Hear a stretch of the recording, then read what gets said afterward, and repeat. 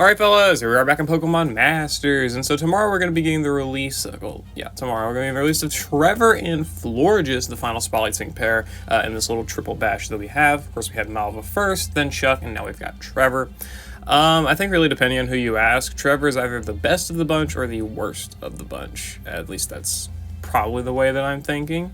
I don't really know where I would lean. Like, if you're someone who just heavily favors having a lot of supports, and being a support character, of course, you know, gives a lot of benefit over being like a mediocre strike or whatever, then Trevor's probably the best of these characters. But if you value characters that can perform, like, for their level of investment extremely well, and their level, like, method of obtainability, then maybe you would prefer, honestly, Malva or Chuck, because again, Chuck I think is one of the best, like, general pool damage dealers in the game, and I think Malva, being a sprint character, is very, very good for her level. Trevor, on the other hand, in my opinion, I think he's honestly got more of a kit kind of akin to like a top tier free character, which I guess is fair enough for being a spotlight.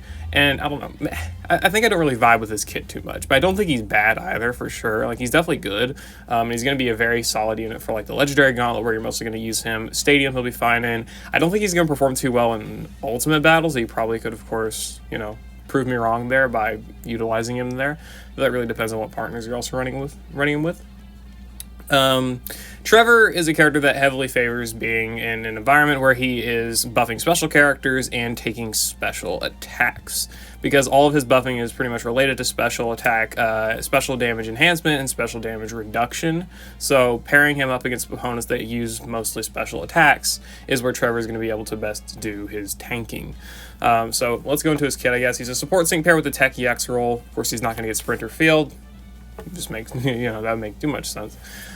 He's the fairy type, steel weakness. He drops September 16th, leaves October 6th. About 3 weeks to pull for him. Fairy Callous Rival with knowledgeable theme skills and the stats. He's got 678 health, 275 defense, 200 special attack, 293 special defense, and 282 speed. With 6-star X investment, he's got over 315, he's got exactly 315 defense, 333 special defense, and everything else goes up a little bit as well, including HP. And with full investment of the EX roll, if you do plan on going that high, he's got nearly 350 defense, 367 special defense, 870 health, and 336 speed. 270 special attack, I guess, and 198 attack, sure. Those offensive stats don't really matter that much for what he's going to be doing. Anyway, either way, those are pretty solid stats for a supportive character, right? Especially for a character that's probably going to be able to buff their own defenses or apply better sustainability for themselves. Those stats are good, right? Those are good stats. Looking at his moves, he's got Vine Whip and Disarming Voice. These moves are not really anything crazy on their own, but there are, of course, other abilities that make them more useful. Vine Whip is a 1-gauge spammable move, and Disarming Voice hits all opponents. He's got Synthesis for 2-gauge, 2 uses healing, being able to restore more HP when in sun and less HP when in weather, rain, or hail. When in rain, sand, or hail. Right, and 50% usually, not bad, of course, for healing. And then he's got Keep It Low Key, his trainer move, which applies special damage reduction and raises ally special attack and special defense by 2. This is what I mean. His buffing and his damage reduction abilities, or like his defensive ability, is mostly reliant upon special attacks. So again, you do really want to run him with a character that will benefit from the special attack and special defense buffs, and also you want to be taking special attacks. And then the passive skills. This is mostly where his move ability comes in. He's got Satisfied Snicker 9 with a be able to lower enemy special attack when the attack move is successful. Vine Whip can do single target. Disarming Voice can do AoE. Healing Hand 4 for a 50% chance to remove all status conditions from all allies when the user's Pokemon uses a move. Very, very good for being able to get rid of those status conditions. Burn, poison, paralysis, freeze, all very annoying status conditions, and those are going to be, Trevor's going to be helpful for getting rid of those without having to use like antidotes or grid-lucky skills like antitoxin or whatever else. I could see good usability in this if it was guaranteed. Like, that would give him a legitimately solid niche in something like versus Moltres, if you're not going to get rid of Sun, but also simultaneously that's going to hit really hard, and he's also weak to Steel, so Steel Wing would be a pain.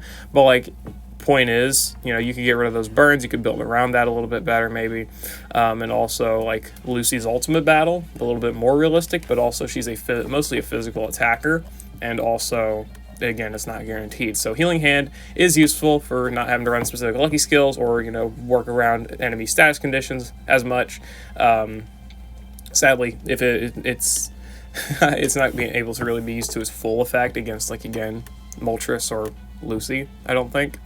I mean, Moltres maybe, but Lucy, well, sorry, Lucy maybe, Moltres probably not.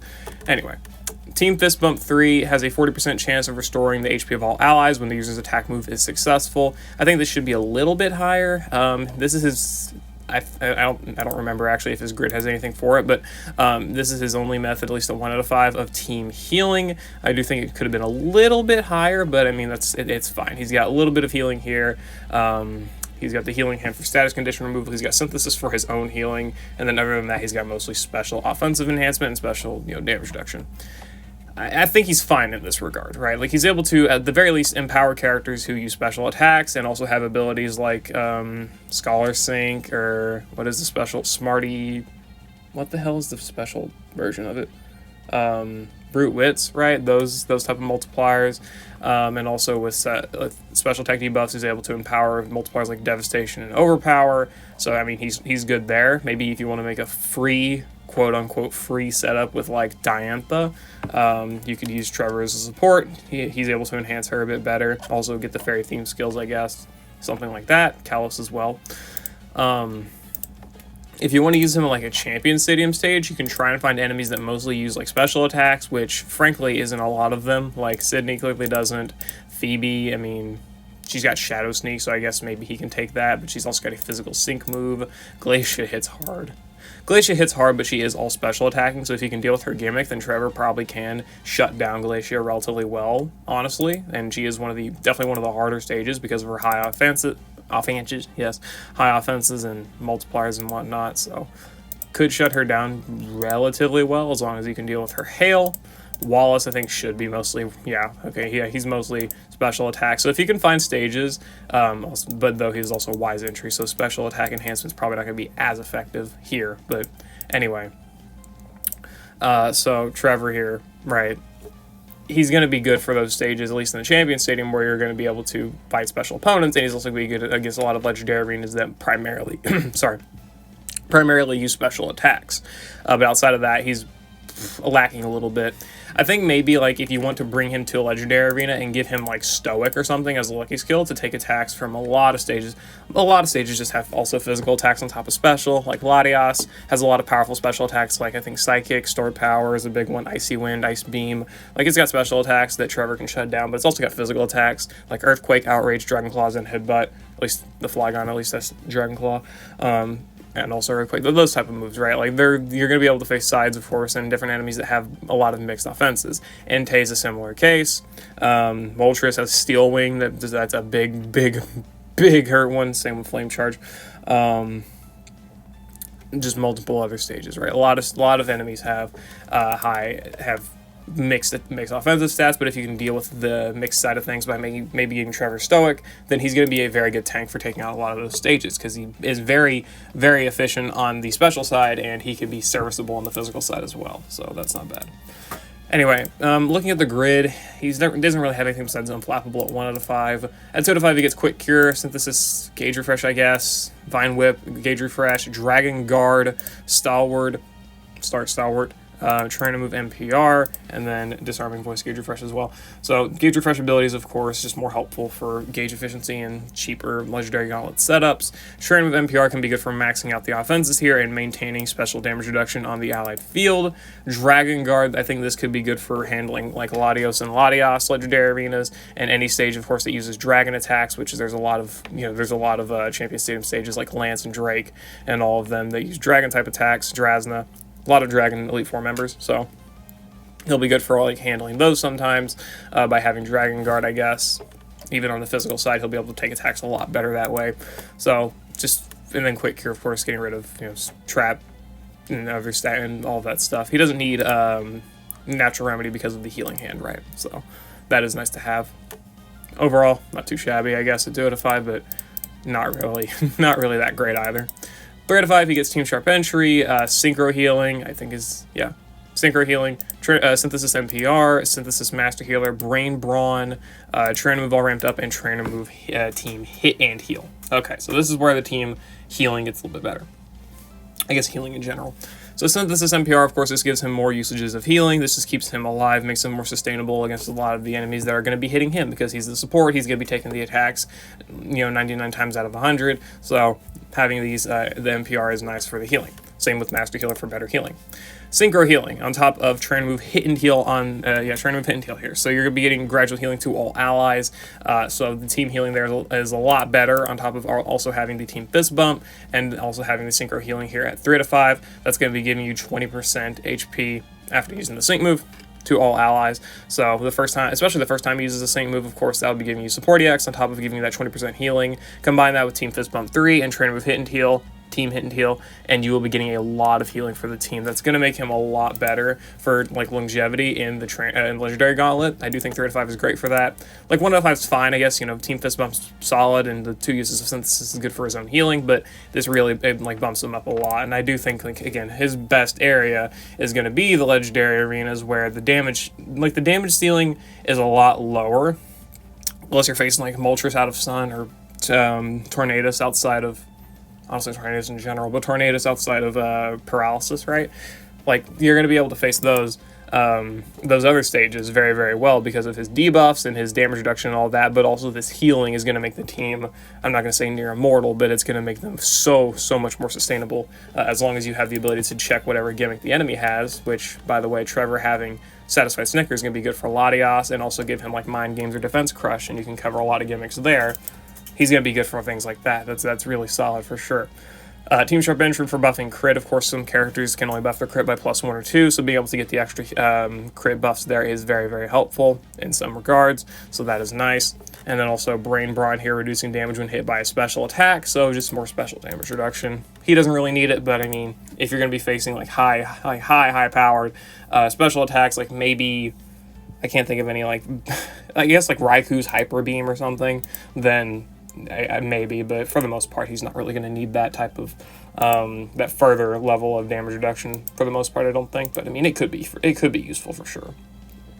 I do think Trevor's got maybe decent solo potential. Like, again, he's got the debuffs to cover Latias. He's got the, he's also got the healing with the Train of Hit and Heal as long as you get lucky on the NPRs. The same thing with Synthesis and whatnot. The Synchro healing as well. It's mostly just a matter of how much damage he'll be able to do. Like, Disarming Voice is not that powerful. His offensive stats not that great.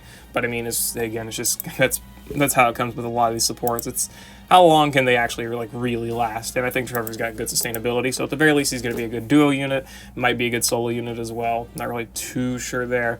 Doesn't really handle gimmicks like Yuxi's because he doesn't have any like status change or whatever, but we'll just have to see, right? Either way, I think it's really only worth looking at Trevor in that type of setting. I don't think it's really worth looking anywhere else. Maybe again the stadium, like you can cover some stages like Wallace and Glacia, as long as you can also cover their weather gimmicks, because like while Trevor is decent enough in tanking in his own right, the team is not, and these characters have AoE attacks, right? Like Wallace has Surf, Glacia is obviously renowned for spamming Icy Wind, I think, in Blizzard.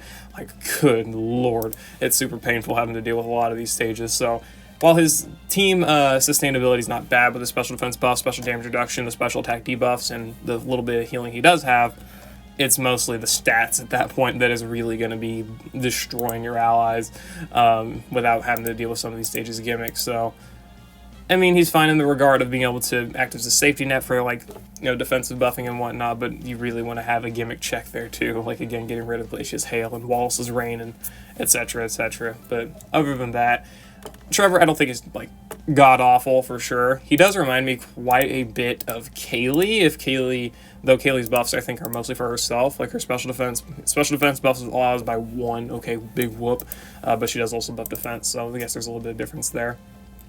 I think the biggest reason why I kind of think of them somewhat similarly is that they buff special attack, they apply gradual healing, in Kaylee's case only to herself, and then they got some sort of, like, immediate recovery. Quote immediate recovery, because Kaylee's got like Draining Kiss, but then Trevor's got like Synthesis, right? And they're both Kalos, so a little bit of similarity there, I guess, but also Kaylee's got both defensive enhancements by herself and the stat stealing and healing, but while Trevor's mostly just got himself the special enhancement instead of physical, but whatever. that's not really the point. So I think Trevor's fine. Nothing crazy for sure. Definitely nothing. Definitely not insane for like Spotlight standards, especially. But he's definitely not bad. Like you're gonna find a legitimate usage for him if you do try and like spread as much usage as possible between all of your units. So in that regard, he'll be fine. Stadium stages he'll be able to cover. Arena stages he'll be able to cover. Ultimate battles I wouldn't really like recommend it because a lot of them are mixed high-powered offenses like Eruption from Annabelle he'll be able to take, but that's Sacred Fire. Probably not. Same thing with like Duroc having Brave Bird and Quick Attack, and Thornton having Double Edge, right? Like yeah, these stages, these ultimate battles are very, very powerful in terms of their mixed offenses. So yeah, whatever. I'll see you all later. Hope you all enjoyed. Good luck if you're gonna be summoning for Trevor. Good luck in pulling him outside of after October 6th in your general pool summons, because I'm sure at the very least getting a new character would be at least refreshing instead of just getting a 5-star power up. But whatever. Yeah, I'll see you later. Hope you all enjoyed.